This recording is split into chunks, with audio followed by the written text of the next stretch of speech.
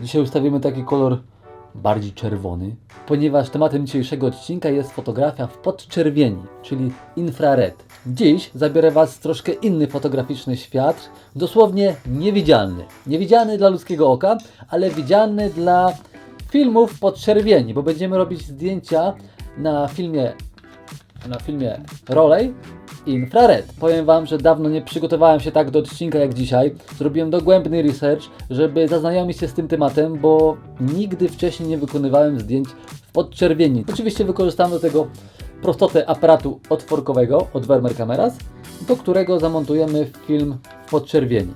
Ale od początku, żeby być rzetelnym, musimy wyjaśnić podstawowe pojęcia, więc czym jest podczerwień?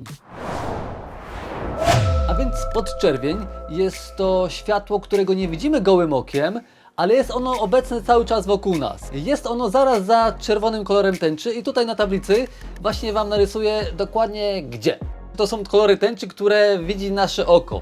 Ono ma specjalną długość, to są długości fal, które widzi nasze oko. Jest to od około 380 nanometrów. W różnych źródłach różne tam widziałem wartości, ale na potrzeby tego filmiku przyjmijmy, że to jest do 740 nanometrów. Więc podczerwień, tak jak mówiłem, znajduje się zaraz za czerwonym kolorem tęczy, więc ono znajduje się tu.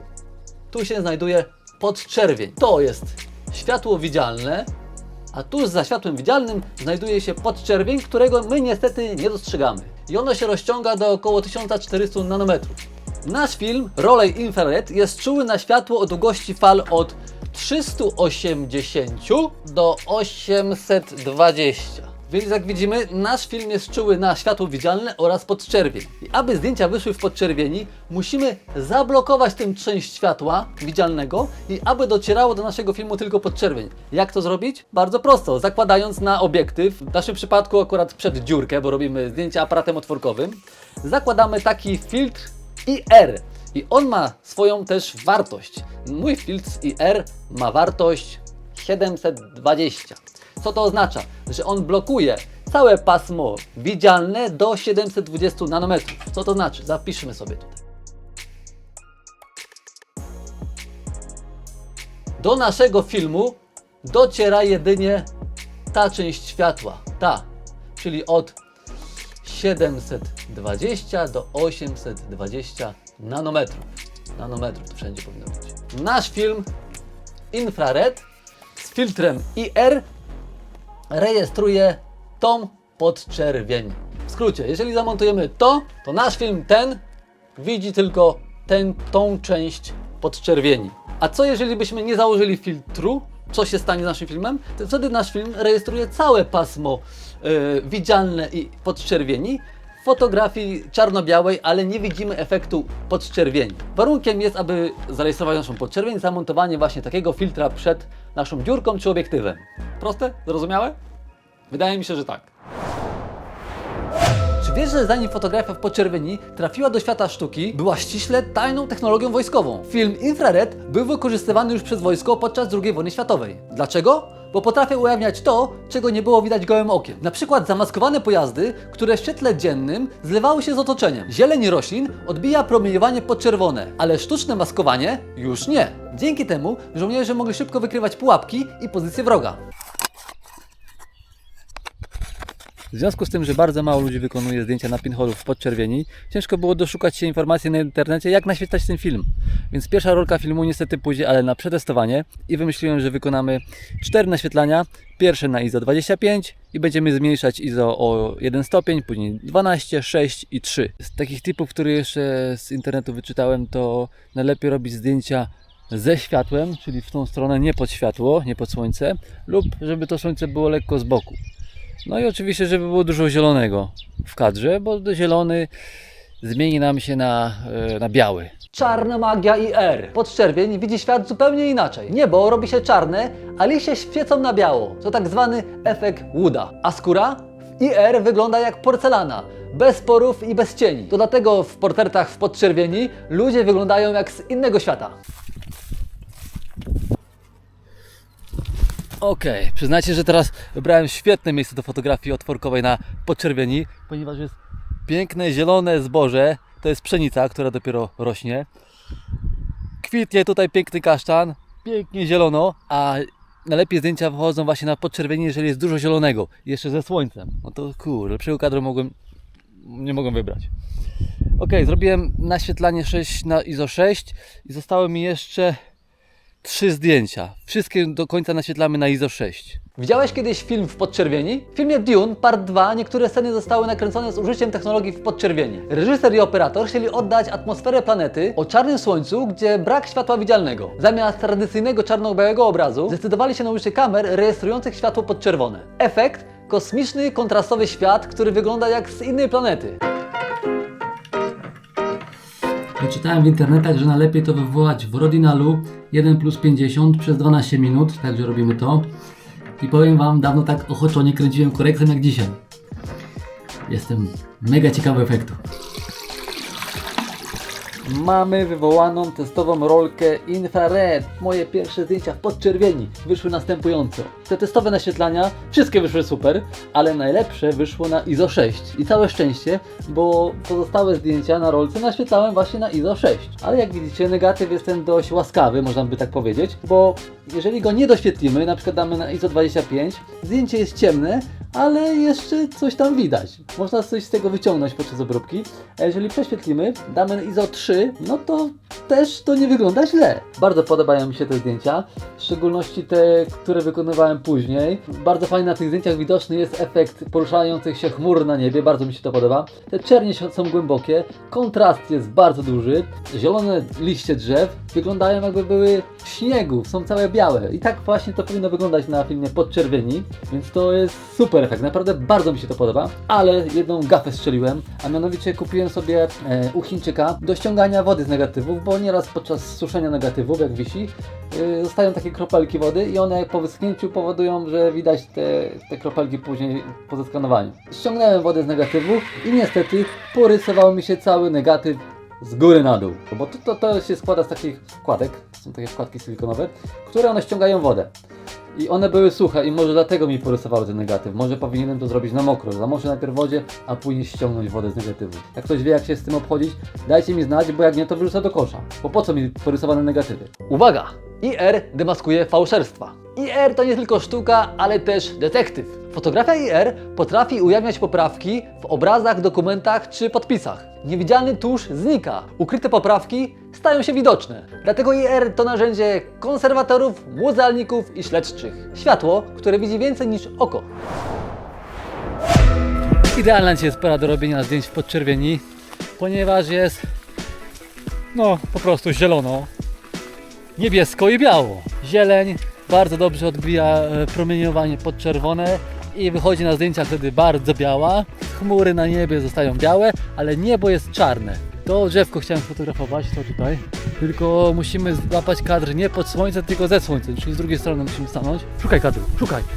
Szukaj kadru, szukaj kadru, szukaj kadru. O, pies bardzo dobrze sobie radzi, szuka kadru mi. O nie, nóżka mi odpadła.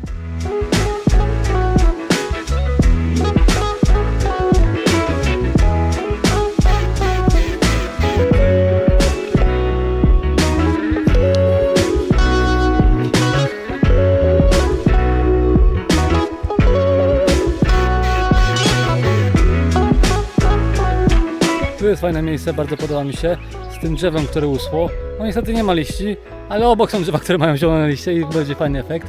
Tylko czekam na chmurki, aż tu najdą białe, jeszcze na to drzewko.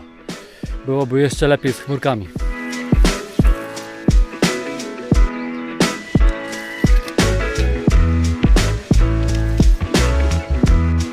Podobnie jak tam.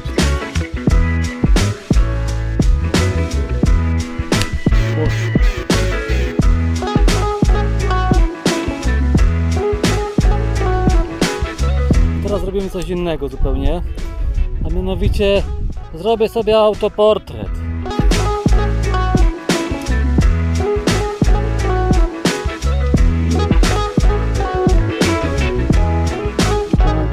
Zauważyłem jedną rzecz, którą chcę się z Wami podzielić, a mianowicie jak mierzę czas naświetlania, to zazwyczaj robię pomiar na niebo. Zazwyczaj, mówię nie teraz, zazwyczaj robię pomiar na niebo i na powiedzmy tło.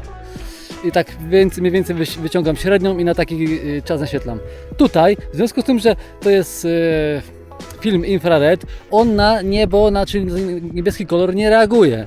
Więc ja nie muszę mierzyć światło na niebo, a tylko wystarczy mi, że zmierzę je na tło. A na tło będę musiał naświetlać niedługo. 20 sekund.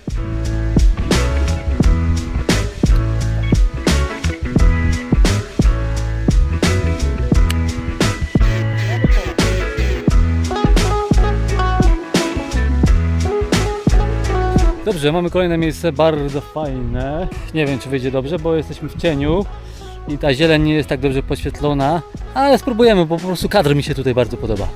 Na tle tej góry, domek i koza.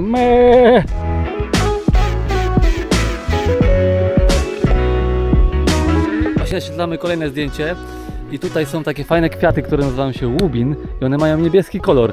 Jak niebo, czyli prawdopodobnie na fotografii IR powinny te kwiatki wyjść czarne, ale nie wiem, tak się to po prostu domyślam. Zieleń będzie biała, a kwiatki będą czarne, może być ciekawy efekt. 3, 2, 1, zamykamy.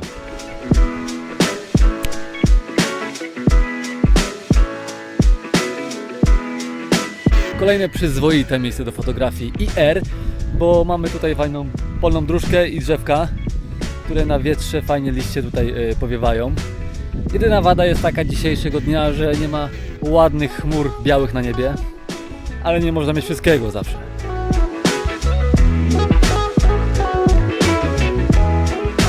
Dzień dobry pani, co tu się dzieje? Sesja fotograficzna.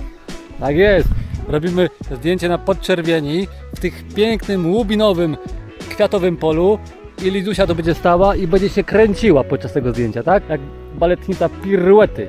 Bo Lidia tutaj nie wytrzymała 50 sekund naświetlania w jednym miejscu, więc wymyśliłem, nie wytrzymałabyś bez ruchu, dlatego tata wymyślił, że będzie się kręciła w koło i będzie taka sylwetka kręcąca się wokół tych łubinów. Poczekaj, tata zmierzy czas naświetlania. Ile będziesz musiała tutaj... To nic, przeżyjesz. Ludzie wojnę przeżywali. Znaczy nie wszyscy przeżyli, ale ogólnie to przeżywali. Około 45 sekund trzeba będzie to naświetlać. 45 sekund trzeba będzie naświetlać. O, idą chmurki. Chodźcie do mnie. Gorąco mi. Lubię z tobą robić zdjęcia. Pomału, pomalutku. O, w takim tempie. Jeszcze 10 sekund.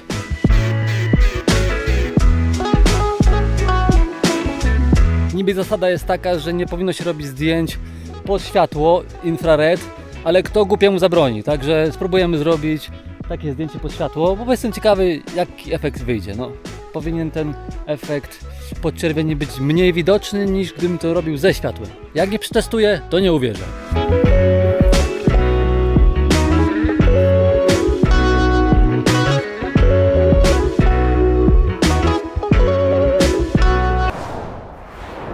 W fotografii IR ostrość działa inaczej. Jeżeli robimy zdjęcie w podczerwieni za pomocą aparatu z obiektywem, ostrość się przesuwa. Podczerwień załamuje się inaczej niż światło widzialne, więc punkt ostrości również się przesuwa. Dlatego niektóre stare obiektywy na pierścieniu ostrości mają czerwoną kropkę lub czerwoną linię, aby można było wiedzieć, o ile przestawić ostrość po nałożeniu filtru IR.